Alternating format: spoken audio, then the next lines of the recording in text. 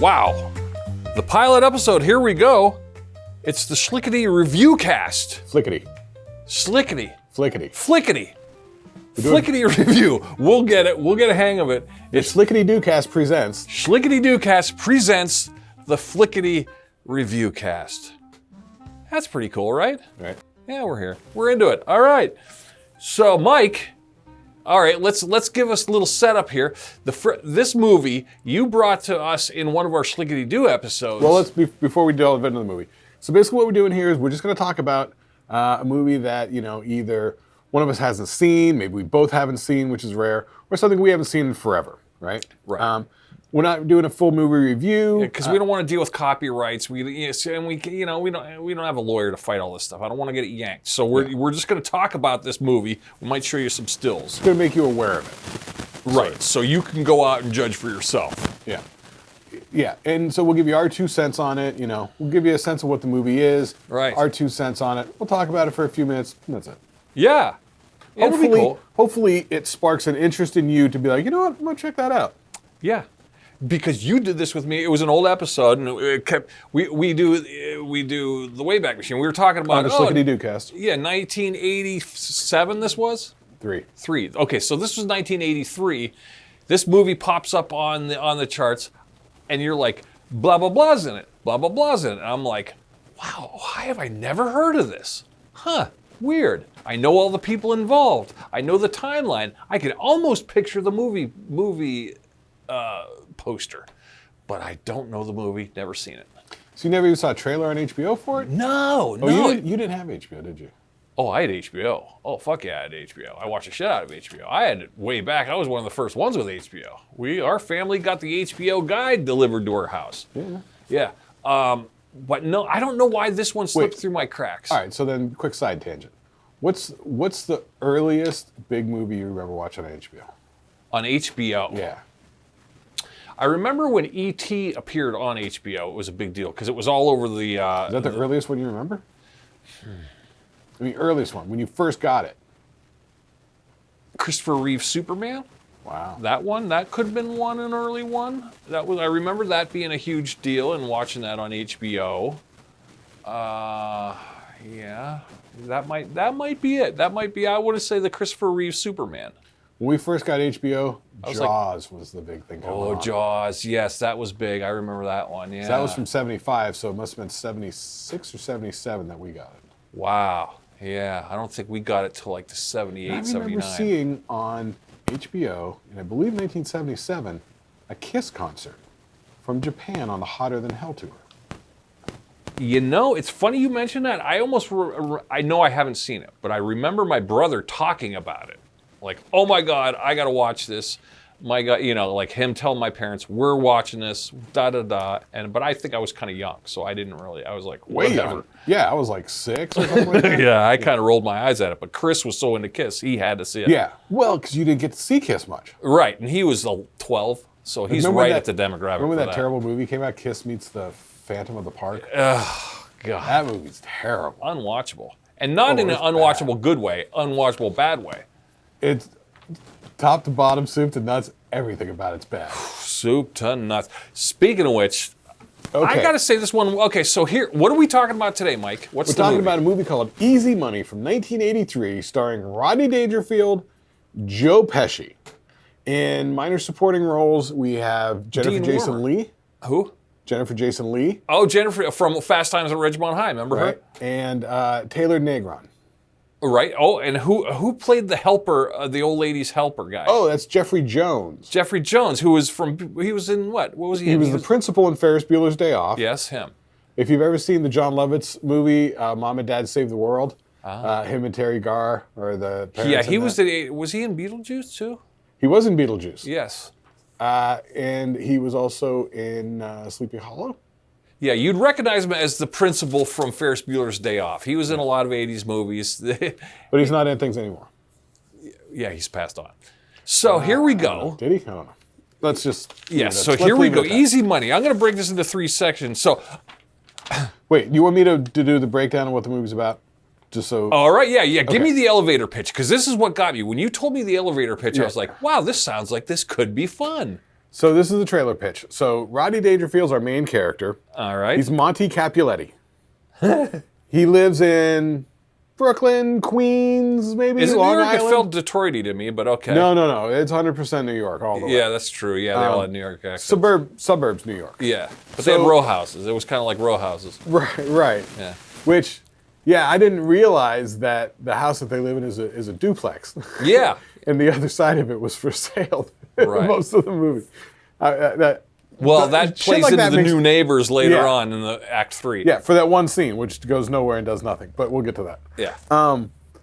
But okay, so the premise is, so he is married, wife and kids, right? He's got a wife, 2 kids. You know, he is a photographer, baby photographer, Right. specifically. And his best buddy is Joe Pesci, playing Nicky, Who's a plumber. who's a plumber. And then they've got a couple other friends, one of whom is an older guy with a push broom mustache. He owns a bar. Yeah. A bar. They're all gamblers. Then the other friend is, I saw him in some movie where he was like a killer or something like that. That dude is really tall. I don't know if you caught the scene where Yeah. Okay, so it's Monty and his buddies. He's a regular schlub. These guys are sort of fucking partiers and sort of like. But what's the elevator pitch of the movie? Okay, so this is what ties in it. So him and his buddies, they like to drink, they like to smoke, they like to gamble, they like to eat pizza, play cards, you know, go to the track, Sure. all this sort of stuff. So. And it's Rodney. Rodney Dangerfield. It's Come Rodney on. Dangerfield. So the setup is that Rodney Dangerfield's wife, I love that actress, that's his wife. I Yeah, think she was likable. she's so sweet in the movie. I don't know her name. She's great. I love Yeah. her. She played smart but dingy, which is nice. That's a tricky way to play. But she's always there. She's always got his back. Supportive. She Yeah, always she was supports not him. an angry wife. She was a nice wife. Good wife. Super nice. Like, love her. Gave him a reason to clean up his act. Okay. So her mother, right? Rodney Dangerfield's wife's mother owns a department store. Yeah, what was the name of that one? Yeah, okay. I forget the name of it, but it's almost like a Bergdorf's or a Macy's or something Yeah, like like that in Manhattan, you know. Monahan's it's called. Monahan's, that's right. Right. And they've been there for like 50 years or something like Yeah, that. they've owned Monahan's forever. dad She's had a started rich it. old snooty lady, the mom. Right. Her dad had started it. Yeah. At one point, they were advising her of meetings with the staff. They don't like the working conditions, and she's like, "Cancel the meeting. The working conditions will stay exactly as they were back in the 30s when my father ran this place." Right. You know. She's like a female Mrs. Burns. She's really Totally. It's like a template for Mrs. Burns. That's the thing. There's a lot of sort of proto-template-y sort of shit in here. Anyway, so Rodney Dangerfield's wife's mom gets killed, and in the will, she says that they will inherit $10 million if Monty can go 1 year without smoking, drinking, and he has to maintain 200 pounds 175. or 175. Yeah, he has which to if lose you see weight. Rodney, there's no way he's going to be no way. 175. But that's I'm 175. That's There's the no way. setup. So it's like he gets $10 million if he can clean up his act, Right. go straight, and get in shape. From the old lady, the mother-in-law. Yeah. Essentially. And the daughter's like, "You can do it. We can do it." You know. Yeah. So Rodney Dangerfield's got 2 daughters. One of them is Jennifer Jason Leigh. She's 18. She's getting married. Oh, here we Right? go. So there's a We're whole uncracking wedding the going movie on. now? And then there's like a 12-year-old daughter. Yeah. The 12-year-old daughter is the one that goes, $10 million? So she's the one pushing him the whole time. Yeah. She's kind of funny. She the one doesn't play holding- a lot of a role, but when she's there, she's fun. Right, but she's there to spur him on, Yeah. to really drive him. Yeah. I wish they would have played with her more as they didn't. Yeah, that's sort of some of the narrative shortcomings in it. Yeah, so that's the big goal. He has to go 1 year without smoking, drinking, gambling, and losing weight. Yeah. You know, and he'll inherit the $10 million. Right. 1 year. That's per the will. And nobody in the family gives a shit about any of this except the 12-year-old daughter. Yeah. The wife doesn't care. Yeah, because, I mean, if the mother's that rich and the wife, they're living a middle class, middle of the road thing. Yeah. And obviously, you know, there's no leak down on that. But okay, there's the first hole. So that's the whole setup. All right. Well, it starts off. Okay, you got the theme song. Did you catch that, Billy Joel? It's been running in my head nonstop since we watched it. I never even heard that Billy Joel song either. He wrote it specifically for the movie. Easy Money. The song's called Easy Money by Billy Joel. It's kind of catchy. It's Which kind of makes cool. me think Maybe it's supposed to be set in Long Island, like Bay Ridge, Long Island, or something like that. Good pull. Billy I Joel's like a that. Long Island guy, and this is like from '83. If you notice the calendar in the movie that the 12-year-old girl is marking the days off, there's a 1982 calendar. Ah, okay. So, but the movie was released. Did you notice in the opening credits? Okay, Billy Joel's doing the song. The opening credits is like a montage of like Monty's hands at his desk with like a bunch of photos and shit all over the desk, and he's just picking stuff up and randomly looking at stuff. Yeah. And did you notice that pretty interesting. Rodney Dangerfield is head writer of this movie? Is he? Yeah. Interesting. There's 3 other names I didn't recognize. Interesting. Yeah. Well, all right. I love Rodney here. This is where Rodney's... All right. So he starts off scene 1. Here he is, opening scene. He's at a kid's party. He's smoking cigarettes. He pulls out a puppet. And a joint falls out of the puppet, and he's like, huh, where did this come from, huh? And it's like, okay, Yeah. all right. He's a kid's photographer. He's ostensibly there to take pictures of this birthday party. Yeah. And so it's like Rodney interacting with the kids. This is all just to sort of, show you that he's a lovable schlub. Right, they're trying to establish that. And you'll see this congruent theme of every kid he has to take a picture of is completely out of control and the parents don't care. So this is the thing. So you tell me that Rodney wrote this, that explains a lot. Yeah. It's very much from his point of view. Yeah. I love the dichotomy of, he's got a family, you know what I mean? He works with kids. Yeah. But he's just getting, dumb drunk with his friends. Oh, you know what I yeah, mean? he And sneaks it's not off. like it's not like they're doing anything crazy. They're just smoking cigars and smoking weed and drinking beers and playing cards. Yeah, and he's like fully getting tested. Like the seamstress is there for his wife's or for his daughter's wedding dress. That's just and his He's wife. wearing it, and he's like, I have to go to the bathroom. And he goes into the bathroom, and he goes, oh, it's a good thing I live with women. And he takes like an eyeliner press thing. And he An makes eyelash curler. An eyelash curler, yeah, and he makes a roach clip out of it and starts. smoking a joint. Funny, Okay, okay. there's the gag. But you just imagine his life on a day-to-day. All right. He's just getting drunk and fucking, this is Yeah. just being out of control. Not out of control. He's doing his thing. He's handling his business, taking care of the family and everything. Did you notice how Things were shot though. Whenever they shot his scene? like him wearing the wedding dress, and he goes in and he gets the joint, and he goes, ha ha ha, good thing I live with women. It's shot like a Saturday Night Live skit, but then they pan to his wife, and every time they show the family scene, there's like a white halo in the air and everything like that when they show her, and it's almost like it's shot from a 1950s movie. I don't know If that was intentional or not, it looked like two different styles of directing going on, fighting each other. And it may be. And it may be It because... was horrible. I was like, What? Did they mean to do that? It may have been sort of shooting Rodney out. Like shooting his scenes in a compressed time period. that's what it felt Let's like. get this scene, let's get this gag. Because Rodney's thinking, here's a setup. He's being the model for the wedding dress so his wife can make the alterations. And he's like, why don't we just have our daughter model the wedding dress? And she's like, oh, it's bad luck for her to put on the wedding dress before the wedding. Right. So he's got to do it, right?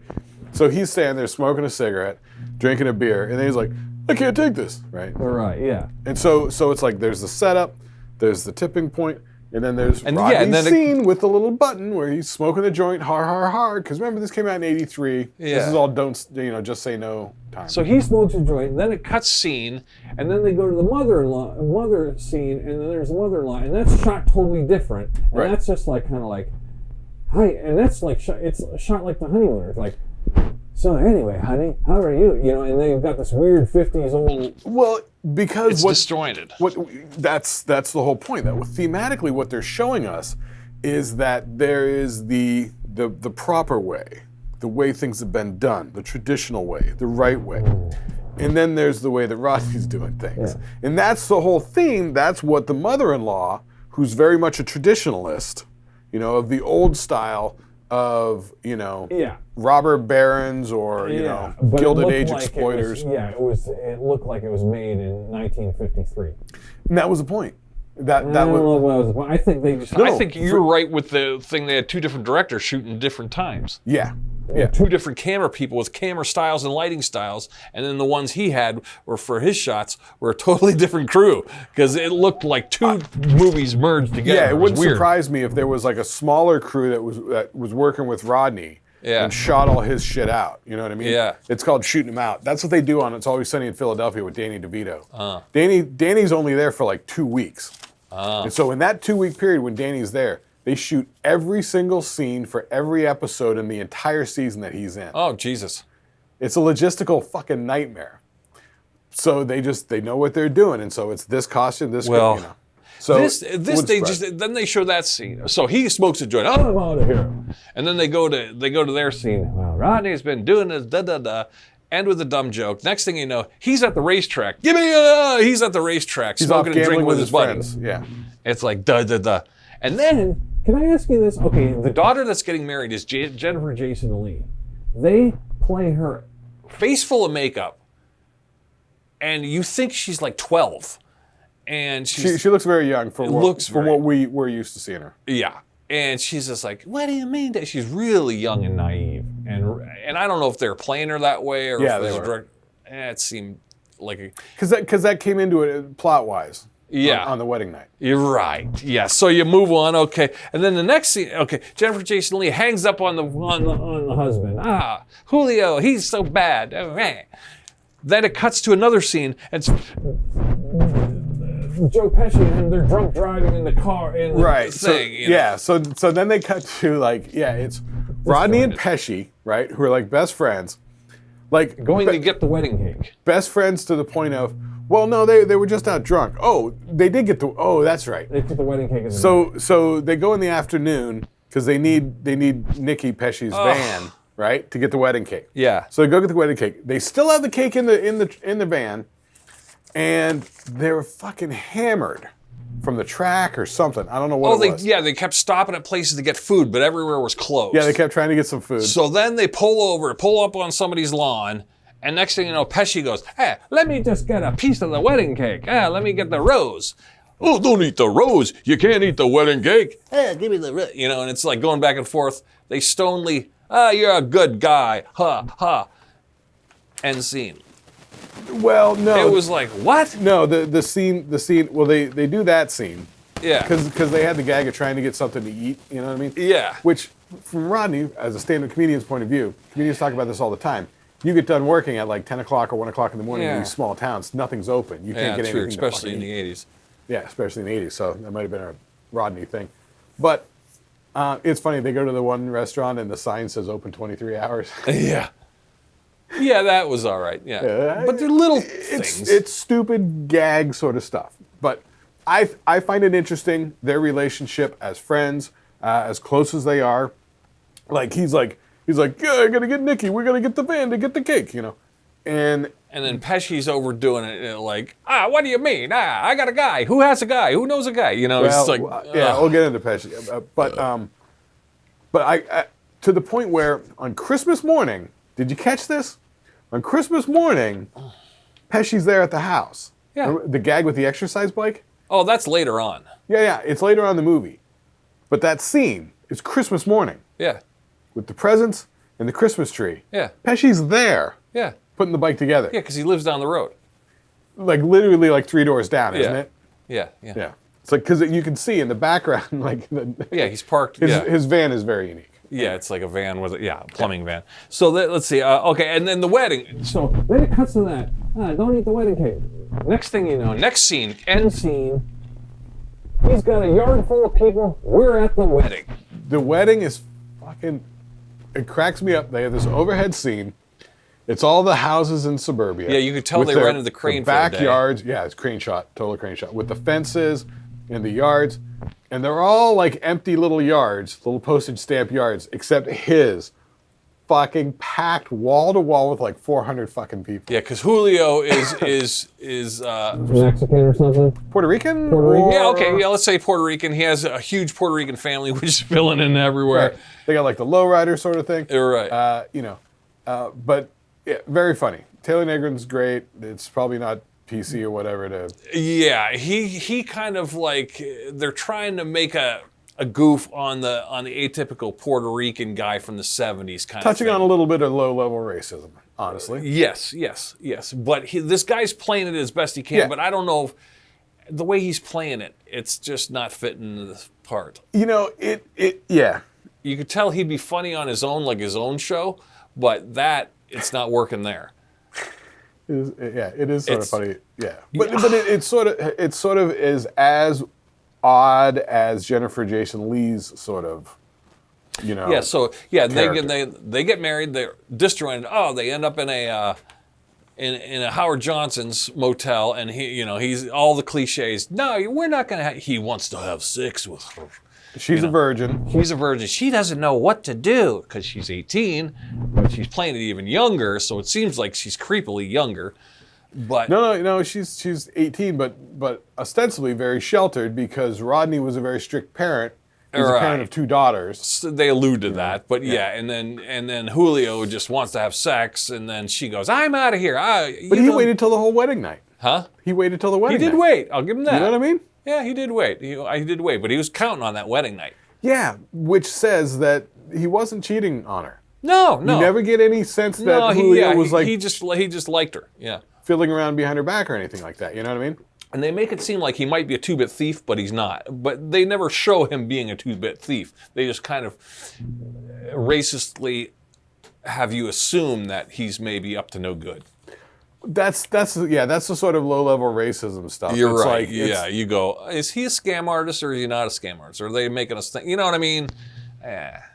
but Problematic. but to a certain degree, I find also thematically, his name is Monty Capuletti. Right. He's Italian. Like Who Rodney is. Rodney is Monty. Rodney is Capuletti. Monty Capuletti.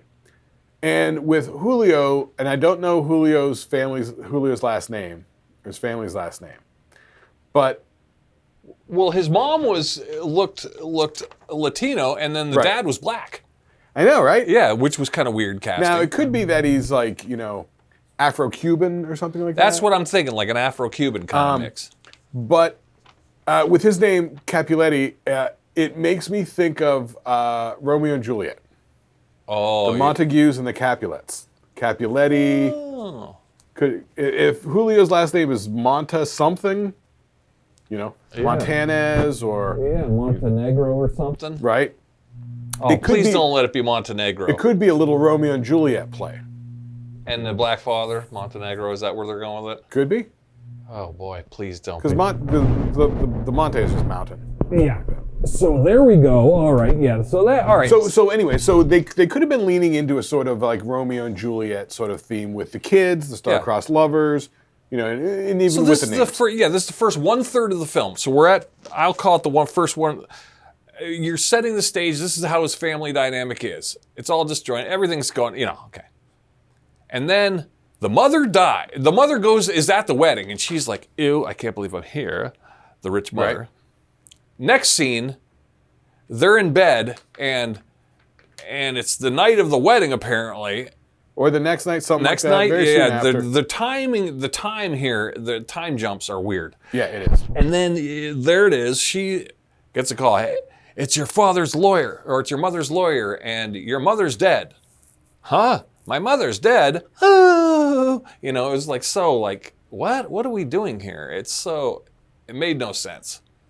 Well, the movie sort of has it feels a little pastiche, like it's a series of scenes or stuff just sort of stitched And then, together. and he goes, your mother's dead. Oh no, what are we gonna do? Let's get some sleep.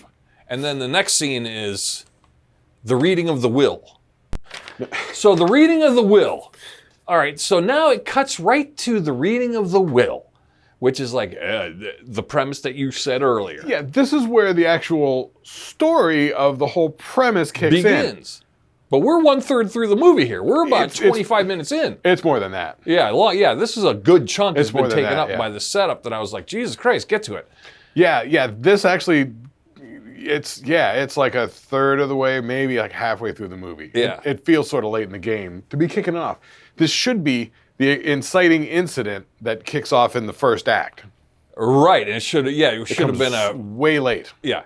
So here we go. We kick off in the scene, and then it goes from the reading of the will. How am I going to do this? How am I going to? You can do anything you want to do if you put your mind to it. You can do it. And then he's like, how am I going to do this? I'm not. Who's saying that? Huh? Who's saying that? Oh, the wife. The wife was like, Rodney, we love you. You know, it's just. Yeah, the wife didn't care. Yeah. It's a 12-year-old daughter. Yeah. Yeah. The 12-year-old wanted him to at the reading of the will, the guy goes, you're going to get $10 million. And she springs up and goes, $10 million? Right. Yeah. If Monty can, Yeah, it seems like her, the 12-year-old, and Pesci and him want $10 million. Nobody else cares. Yeah, so that... Deborah Jason Lee is all just, she's all distraught because the wedding didn't work out. She is as unattached to the whole financial aspect of the movie. Yeah, she's clueless. As the eldest daughter in Poltergeist. Yes. Like, they're like, what? What's happening? Oh, no. Yeah. Oh, okay. Then end that scene. Here we go. It's 1980 what? 3? Filmed in 82. Well, every movie has, here we go, the gratuitous boob shot. Oh, what a pair. I will say that was a great set of tits. Wow. That was a good set of tits. Impressive. I hate to sound weird and perverted, guys, but, you got a good... So the sunbathing neighbor, all of a sudden you cut out of that scene, there's Rodney at home. It's like the next morning after the wedding or something like that. I guess. He's taking out the trash or something. Oh, I know what it is. It's after the reading of the will, because then he wakes up and they go down to breakfast. And his breakfast is like, scrambled eggs this big. Yeah, and one little tiny waffle. Like three, he's like, where's the hash browns? And his wife's like, it's in the pill. Yeah, and that's the gag. Oh, and he goes, I can't. He's ready to say, I get no respect, but he doesn't. Right. Well, yeah, he did refrain from that. So then he's bitching about the breakfast, and his wife goes, take out the trash. And he goes, I got to take out the trash. I didn't even get breakfast. So as he's taking out the trash, he goes out the back porch. His house is like some sort of stairway patio thing. Yeah. Duplex. So it's a duplex. And remember how we said no one was living next door? Well, now the new neighbors have moved in. I thought that was funny. And then this scene popped up, and I'm like, oh my God, I forgot about this. So there's topless sunbathing hot chick next door with a giant Doberman Pinscher dog. Right. And she's like, hi, neighbor, And he's like, oh, right? Right. Then she wriggles around gratuitous 80s boob shot. Looks great. Yeah. Cut to, then the 12-year-old daughter and him go through the house and make him get rid of all his stashes of roaches and pills. Right, where he hides all his joints in the medicine cabinet and and pours the alcohol down the drain. So then they go to take those garbage bags out to the curb, and they run into the guy half of the new next door neighbor that just moved in, who is the stand-up comedian Jeff Altman. Yes. And he has a Doberman who's taking a shit in his yard. It's the same Doberman, yeah. And then we don't see the neighbors at all. Never comes up again. Yeah, I was like, all right, well, these new neighbors could be fun. I was like, all right, they're interesting characters. We got the hot neighbor chick and his and then the wife and you husband. get Jeff Altman. He's funny as fuck. Yeah, he was all right. Guy in a members only jacket, kind of like your typical 80s guy with a Doberman.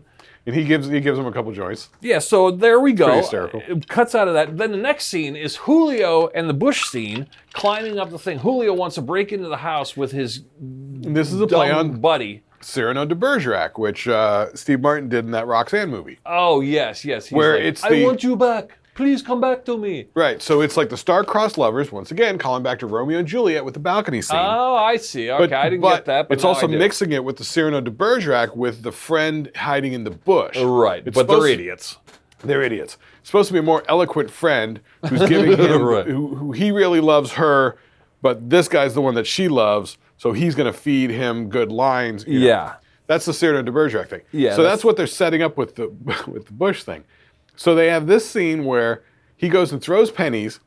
Jennifer Jason Leigh looking out the window, and he's so they had gotten married. Then the wedding night, she was too freaked out to do. There we go. To have sex, to consummate it. Yeah. And so then she moved back home, like immediately apparently. So this is like, I don't know, 3 nights after the wedding. Yeah. And Taylor Negron shows up with, I don't know, his brother, his cousin, who knows. Yeah. And they're like, you got to get her back, man. You got to, Yeah, and then there's that whole thing. So Penny's Julio's at the trying window. to get the girl back. Yeah. They do a bush scene. They do the bush scene. And at one point, His friend starts telling him, you gotta show her, like, be manly, like, show her you're bad. And so he starts doing the I'm bad riff. Oh, yeah. Where he goes, I'm bad, and he says, I'm so bad I should be in detention.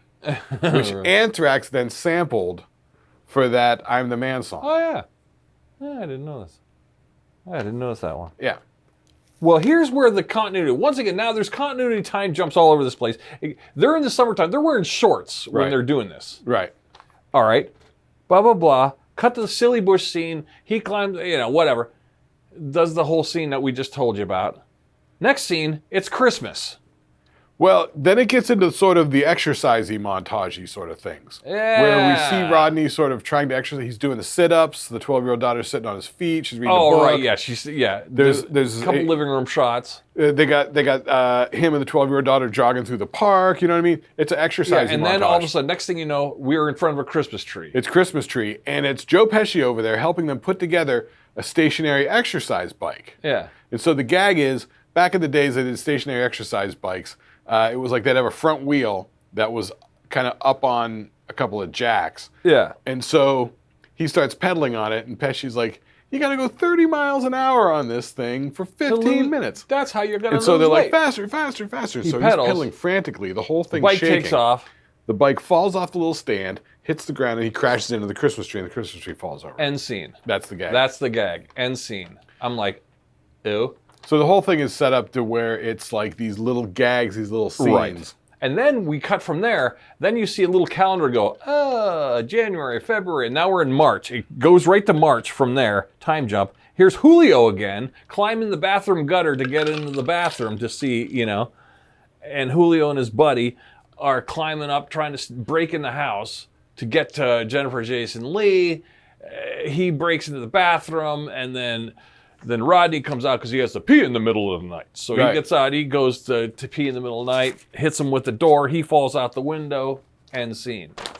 Dumb gag. It's a dumb gag, it stinks. I can't tell. At this point, I'm like, is Julio an idiot? Okay, you're making us think Julio is an idiot. But is he a mean guy? They're breaking in, but they're making him more tough. Like he's going, I'm tough. I'm going to do this, And they're like, he's got a Lenny and Squiggy thing about him. It is. It's like a Puerto Rican Lenny and Squiggy kind of vibe. Yeah, with him and his cousin or his brother. I'm not sure who the other guy is. Yeah, and the other guy, and the friend falls out the window. Oh, and he falls in the electrical line and cuts the power out, and it goes dark, fades to black. That's it. End scene.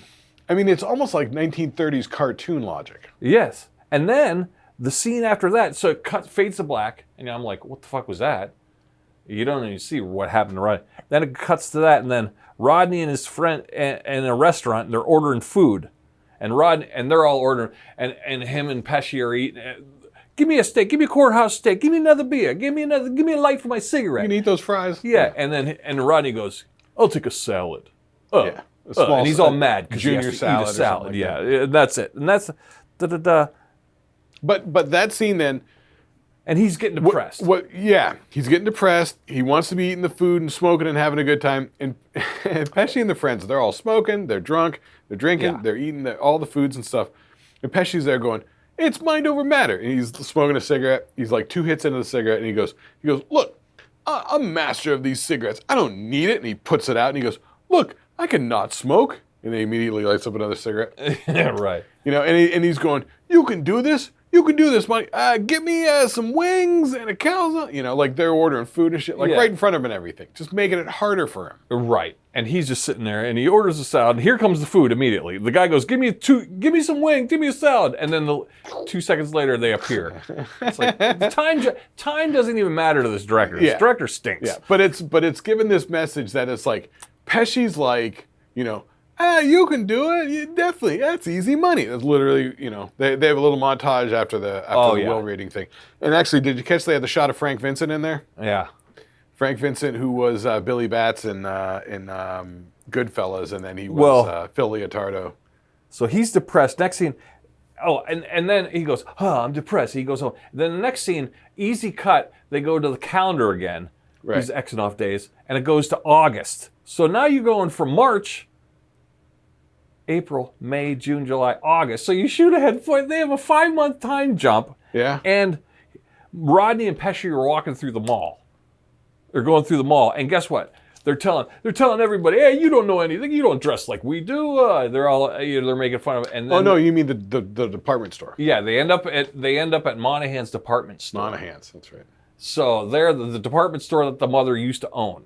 Right. And out comes the Jeffrey dean, Jones. Jeffrey Jones. Jeffrey Jones is like wants him to drink and smoke so that he gets the inheritance instead. Yeah, exactly. Yeah, in the will reading, if Monty doesn't do this, then the money in the store go to Jeffrey Jones. Yes, so who was he's like the trying- right-hand man. Yeah, like and the by this bootlicker. time he's spending all the money lavishly and making the store very posh and flamboyant. Well, you might say. he's maintaining what the old Yes, lady had the store posh as, and which is what her flamboyance. dad had it as. Yeah, I mean, very upscale. So they walk into they actually Joe Pesci and him stumble their way into a movie or into a Well, no, meeting. They get in trouble. They go there because Monty wants to check out the store, and Pesci says, "Yeah, I got to buy a shirt." So he's just trying to find a black shirt, and all the clothes are too frou-frou. So they end up Yeah. having a scene. The security guards try and throw him out, and then Monty says, "Hey, another couple of months, I'm going to own this place. Like I know the owners or whatever." And so the security guy takes him up to the boardroom Yeah. where Jeffrey Jones is hanging out with the board. Yeah, the board Which of is just a bunch of flunkies. Monahan's. Yeah, of the department store. Ostensibly, because it's a department store, it would be the head of the housewares department, the head of the menswear department, the head of all the department heads. all are the there, department heads or something like that. all around a table like the Legion of Justice. Yeah, but they're all lackeys, right? So then they bring in, Dangerfield and Pesci, right? And do you know these guys? Oh yeah, it's on hand. Then we know them, right? So they're talking about shit, yeah. And so they start complaining about the fact that they came there to buy a shirt. They can't find a decent shirt because it's all weird clothing and stuff. Yeah. So they start going, you need these kind of clothes. Pesci goes, see this shirt? 4 guys on our block have this shirt. Everybody has this shirt. It's like a bowling shirt type Yeah. thing. You know? So he's like, they're everyday clothes, everyday guy clothes. So then Jeffrey Jones goes, he gets an idea. Novel idea. Because if Monty fails, I get all the stuff. So let's help him fail. So he goes, you know what? That's a great idea. So for a joke, he hires Monty as a fashion consultant. They make a Monty Cipollette fucking fashion line. Capuletti. And the everyday thing. And then they have The everyday guy. everyday line guy, or something and they like that. put their fashion models in a bunch of bowling shirts. Cut end scene. That all goes down. They have a fashion show. fashion show at the mall. Everybody laughs at it. They all it's laugh. It's like a big unveiling, like models on the runway. The press is all there. Yeah. Land-based in the press. Everybody hates it. Big failure. The regular guy fashion show. The regular guy. And so it blows up in his face. Terrible thing. Monty's bummed about it. Yeah, he gets really depressed. He has a meltdown, and he tells his wife, "What am I doing this for? I thought I had my niche, and everyone's laughing at me. They're clowning me. They're clowning me, yeah. Yeah, and she's like, it'll be okay, Rodney. You'll make it. You'll make it. You'll make it." So So then a couple days later, here we go. Jeffrey Jones shows up and he goes, turns out we put the clothes in the store. It's a huge hit. They're selling like hotcakes. Oh, but here we go. Julio pops in and goes, "You won't let me take my wife." Oh, that's right. And he shoots he shows Rodney up with a butt. gun. He shows Yeah. up with a gun. And shoots Rodney in the ass. Yeah, and he gets shot in the ass. End scene. So then cut to the hospital. He's in traction with his ass in the air. You're right. So Rodney's in the hospital bed, and that's when what's his name comes in and says, Oh, that's when he comes in. Okay. yeah. So the whole culmination of the whole movie is Rodney's upside down in traction with his ass up in the air because he got shot, and they're in this hospital room, and everybody's periodically walking in, and the wife, "We don't need the money." And he's like, and then Joe Pesci walks in and says, "Hey, how you?" And everyone's got, and Julio walks in with the Jennifer Jason Leigh and says, "Thank you, sir, I got my wife back." Yeah. And it's all weird and da-da-da. And the 12-year-old says, the doctor comes in, Dangerfield says, "How long do I have to be like this, doc?" And he says, like 5 months? It's like ridiculous. It's a ridiculous long amount of time. 3 Yeah. months, something like that. And then the 12-year-old daughter goes, 3 months? That'll take you right to the end of the year. And then we'll have the $10 million. Well, the $10 million. Okay, let's do this. So next thing you know, Cut to. they're on a boat eating. Not a boat. The shot is a bunch of like yachts at the harbor, at the marina, and then a massive yacht. It's so big. It's hysterical. So somebody bought a massive yacht. Comedically oversized yacht. It's hysterical. And they're all eating, and somehow he's got all the money. Somehow he's got all the money. It's him and Pesci sitting at the table. Dangerfield's wearing a shirt and pants that are $ patterns. Yeah. Pesci's smoking cigarettes in like a long cigarette holder. Right. So they got the money apparently. They're living the high They just life. cut right to it, and then in walks. We can't even tell the spoiler at the end. Let's not tell the spoiler. Let's save this shitty. But the spoiler. ridiculousness on the ship. They've got Jeffrey Jones's character is there, Yeah. seasick and throwing up. Oh yeah, for no reason. They're in the marina. Also, Yeah, the boat's not even moving, and he's seasick and throwing up. That makes no sense. no sense. You know what else makes no sense? Did you catch this? Julio and Jennifer Jason Leigh weren't around. No, they are around. Oh, they are. Okay. Yeah. You know what they're doing? They're banging in his car. You know where his car is? On the fucking deck of the boat. Oh. Talk about making no sense. Yeah. Okay. It's ridiculousness. But I don't want to tell the ending. I can't Nah. spoil the ending because I would. But let's just say that end scenes. Then one more scene, quick, comes out of nowhere. Yeah. Wraps it up, and then it ends with, where they're all playing cards. oh, so then cut to the final scene is they're in a big fancy mansion, and Dangerfield's like, oh, I can't eat dinner He's, here. he's now more proper and civilized, and then he goes, well, I'm gonna go walk off this meal and then go to bed. So he runs down to the basement. He goes out of the basement. His friends are hanging out down there. Yeah, the 4 friends are down there, and they got pizza. And he goes, give me a slice of that pizza. Give me a drink. Give me a smoke. And then they start gambling, and then... and then here comes Billy Joel theme. Fade. It's over. This stinks. All right, so you hated it. I hated every minute of it. I gotta say, Pesci was undeveloped, but you could see the raw talent there. So the thing with the Pesci is, I saw there the sort of format for basically all the Pesci characters after this. That's true. Yeah, the prototype. It was the comedic prototype of everything. Now maybe this is sort of who Pesci is, and so he's just sort of being himself in his movies, but he's like a little hothead. Yeah. He's ready to fight anybody, anytime, for any reason. Right. He's always getting in fights. There's that. Yeah, Rodney's himself. He's Rodney. But he never says get no respect. That's the weird thing. No, and actually, I like that. I like that. Yeah, he didn't resort to the catchphrase. So he Rodney kind of saves it. He is being the character. But I blame this more on the elevator pitch was all right. Somebody greenlit this and said, Rodney, I love the idea. Go make it. And he goes, oh, I'm going to call some of my Hollywood buddies. And he probably called, old Grandpa Sturgeon, who filmed 1930s Wizard of Oz for some scenes. And then he had some young hotshot director who filmed his comedic scenes. And they trying to mix the too many worlds. It was a mishmash of this. The writing was terrible. It felt like amateurish writing. I mean... Well, you said Rodney wrote it. I didn't know that. Yeah, but... he might have just wrote some of the gags. I think he just wrote his parts. It felt like It felt like the other three. It just felt like they just kept adding on to. I don't know. It's hard to explain. It very much is like little disjointed scenes.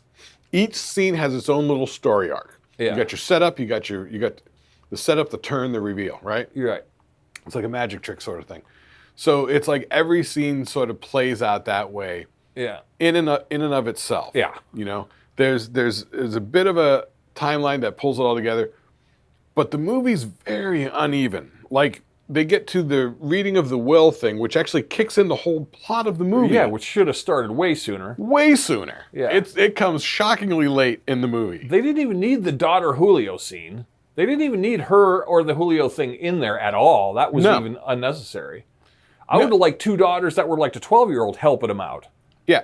That they should have played it out more like that, like an Uncle Buck kind of situation. Right. You know, right. but no, it was just. But I think a lot of it was coming from Rodney and his sort of point of view and that sort of stuff, which that's the sort of textural stuff that I find fascinating. I find fascinating his relationship with his wife. Yeah. His relationship with Nikki and his buddies, you know. I find all that stuff. There are these little textural details in there that I find fascinating. Yeah, I can see where casting it and making it, put it together might have been fun for a couple weeks, and it started going. But It's just like at the wedding, congeal. Right. It's very disjointed. Yeah. It's very sort of like, Yeah. especially when you watch it these days with sort of modern sensibilities. Yes. Now, this was 83, so, I mean, this is like But the I've days seen of like... 83 movies that at least look like the same guy shot it. This looked like just a patchwork quilt of. Well, when they shoot bit upon movies, bit. there's what they call different units. There's first unit and second unit at least, sometimes third unit. So the first unit is shooting everything with the actual stars or whatever. Right. So second unit may be like, stunts, or it may be all the stuff that the star is not in, establishing shots or whatever. Yeah. So it could be something like that.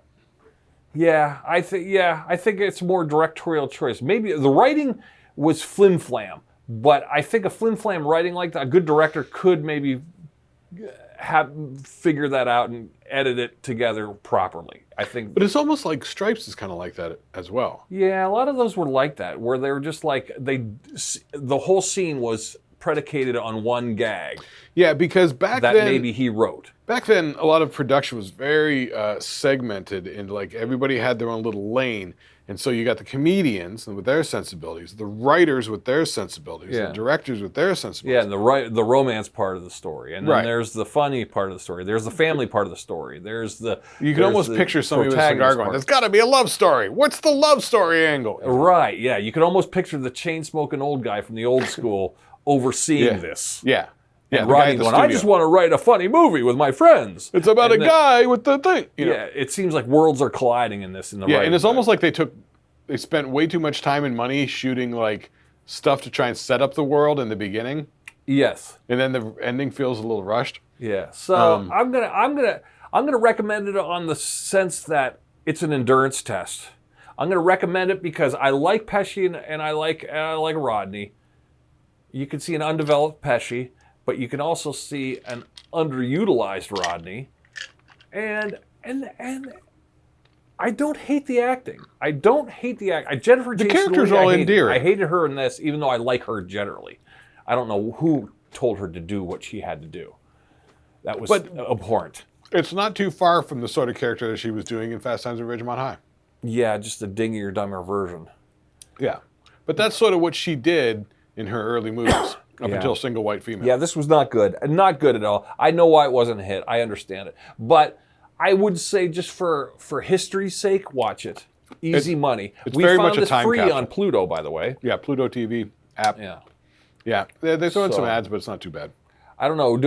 Since it's our pilot episode, how are we rating this? Are we going thumbs up, thumbs down, or go see? You've already said you don't like the movie, you don't get it. Oh, I recognize its faults and its flaws, but I texturally love it. wow. I love the characterizations. Will you watch it again? I watched it with you. I watched it 2 years ago. Yeah. I love his relationship with the wife. I love how supportive she is. I love his Yeah, I like relationship her. with Pesci, how close friends they are.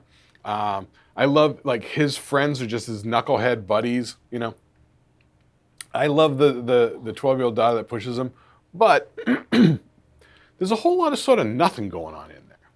There are these bits that it's almost like the marshmallows. The mother-in-law floating in the Lucky character Charms. is like, what? This is straight out of 1950s cliche. It's very much like a Mr. Burns prototype these days. Yeah. I mean, nobody would watch that and not think of Mr. Burns. Yeah, But this is way before. Yeah, Simpsons. the mother-in-law owning the store seemed very 1950-ish.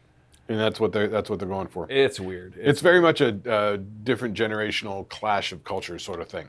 Yeah. But I like the bits of tone of it. But look, everything you're saying is 100% right. It's very disjointed. It feels very shticky. It feels very Borscht Belty.